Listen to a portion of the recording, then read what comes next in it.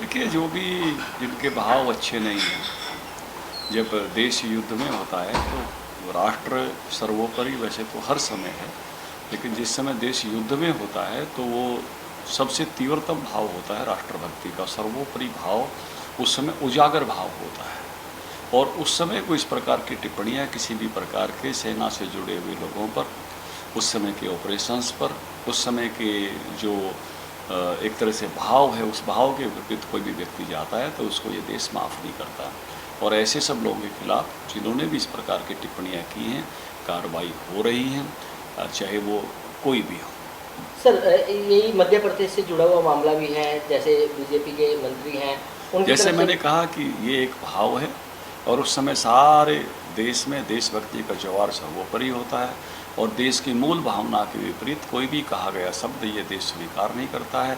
और इसलिए ऐसे सब भाव जिसने भी व्यक्त किए, जो उस समय जो संयम, मर्यादा या इस प्रकार का जो भाव चाहिए था, देशभक्ति सर्वोपरि, उसकी जिसमें भी इस प्रकार के भाव में जिसके में अभाव दिखाई दिया है, उस प्रकार की अभिव्यक्ति उन्होंने की है जो देश की उस समय की भावनाओं के विपरीत है, उन सब के खिलाफ अपने अपने तरीके से कार्रवाई हो रही है। वहीं सर, जिस तरीके से ज्योति मल्होत्रा की बात करें तो ये जिस तरीके से पाकिस्तान को अपनी जानकारी लीक करती थी, ऐसी जानकारी आ रही है, गिरफ्तार भी हो गई है, रिमांड पर है। किस तरीके से देखते हैं ऐसे?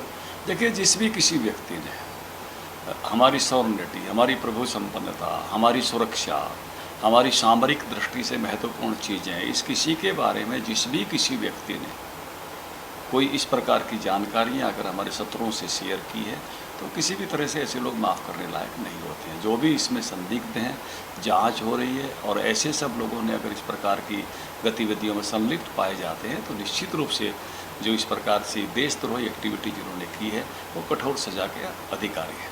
क्या लगता है कि सर इसमें फेलियर भी पुलिस का रहा है या इंटेलिजेंस का रहा है हरियाणा?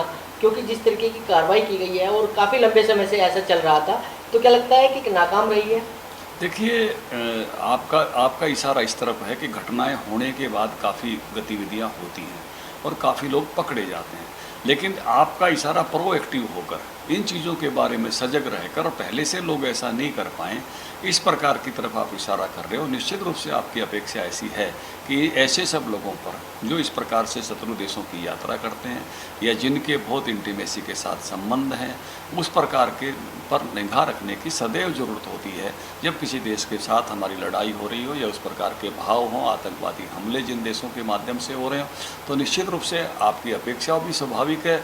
लेकिन अब जब सामने चीज़ें आई हैं तो निश्चित रूप से जो है ऐसी पूरी छलनी की तरह से चीज़ें छानी जानी चाहिए कि जिन्होंने भी इस प्रकार के अपराध किए हैं तो निश्चित रूप से वो उस प्रकार की कठोर सजा के हकदार हैं। सिंधु जल संधि को लेकर आज पंजाब, हरियाणा, राजस्थान, यूपी के किसानों की बैठक केंद्रीय मंत्री शिवराज सिंह चौहान के साथ हुई है। क्या लगता है कि सिंधु का जो आपस में समझौता है पाकिस्तान के साथ, वो बिल्कुल ख़त्म होना चाहिए और उसका पानी जो है? देखिए, शत्रु भाव, जैसे प्रधानमंत्री जी ने कहा, रक्त और पानी एक साथ नहीं बहा जा सकता। जब कोई आतंकवादी हमले करा कर एक बार नहीं अनेक बार, और उस अपनी हरकतों से बाज नहीं आता, जब इस प्रकार, और अब तो साबित हो गया है कि आतंकवादी पाकिस्तान की पजामे वाली सेना है, कुछ छुपा नहीं रहा है।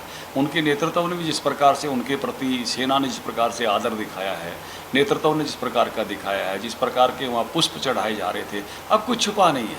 तो ये एक तरह से सेना ही है जो पजामा पहनकर लड़ती है, इतना ही फ़र्क है। तो इस प्रकार का जब शत्रु भाव रखता है कोई देश, तो इस प्रकार से उस प्रकार की संधि किसी प्रकार से भी मायने नहीं रखती है। और इसलिए निश्चित रूप से सिंधु जल का जितना अधिक से अधिक उपयोग समय के साथ हरियाणा के किसानों के लिए, राजस्थान के किसानों के लिए, पंजाब के किसान के लिए, जम्मू कश्मीर के किसानों के लिए, जिस भी क्षेत्र के लिए हो सके, इंटरलिंकिंग के माध्यम से किया जाना चाहिए। क्या लगता है किसानों को इसका फ़ायदा मिलेगा सर? निश्चित रूप से अगर पानी बढ़ता है तो देखिए, हम पानी के अभाव के प्रदेश हैं, पंजाब राजस्थान भी पानी के अभाव का प्रदेश है, तो उस नाते से अगर वो पानी उस प्रकार से मिलता है तो हमारे किसानों में खुशहाली आएगी और अधिक इलाके पर हम फसल उगा सकेंगे। पानी के अभाव की आपने बात करी, जो पंजाब से आपका कहीं ना कहीं विरोध चल रहा था, पानी को लेकर विवाद चल रहा था, क्या लगता है कि वो ठीक हो गया है? देखिए, जिस प्रकार का व्यवहार पीछे हुआ वो बहुत दुर्भाग्यपूर्ण था। जिस प्रकार पंजाब की सरकार ने डैम पर जाकर जिस प्रकार से मनमानी की, हरियाणा का जो पानी मिलना चाहिए था उस पानी को रोका। आपको पता है कि हमारा 79 लाख एकड़ फुट पानी बनता है, इस सारे सिस्टम में से 60 लाख एकड़ फुट उस समय के अवेलेबल पानी के बंटवारे के आधार पर आता है। 19 लाख एकड़ फुट इसलिए नहीं आ पाता कि एस्वाइल नहीं बनने दी गई। और अब इस पानी में से भी जिस प्रकार की कटौती है, वही पार्टी है जो दिल्ली में 1 क्यूसेस पानी कम होने पर भी सुप्रीम कोर्ट जाकर खड़े हो जाते थे। मैं उस समय सिंचाई मंत्री रहा हूँ, आपको इस बात की जानकारी है। और हम पूरी आपूर्ति 1050 क्यूसेस की किसी भी कीमत पर, चाहे हमारे पास कम रहे चाहे ज़्यादा रहे, दिल्ली की बना कर देते थे। केजरीवाल सरकार जिस समय बार बार हल्ला करती थी, कई बार नाटकीयता भी करती थी, लेकिन ऐसे सारे मौके पर हरियाणा के पानी का हिस्सा गर्मी के दिनों में हमारे पशुओं को भी कठिनाई आई, हमारे मनुष्य को कठिनाई आई, हमारे पानी के टैंक खाली हो गए। बहुत ही दुर्भाग्यपूर्ण था।